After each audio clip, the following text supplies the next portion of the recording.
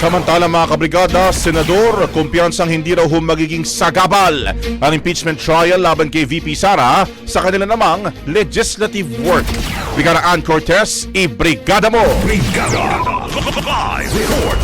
Ginarantiyan ni Senator Win Gatchalian na mananatili silang produktibo sa kabilangan ng ikakasang impeachment trial laban kay Vice President Sara Duterte.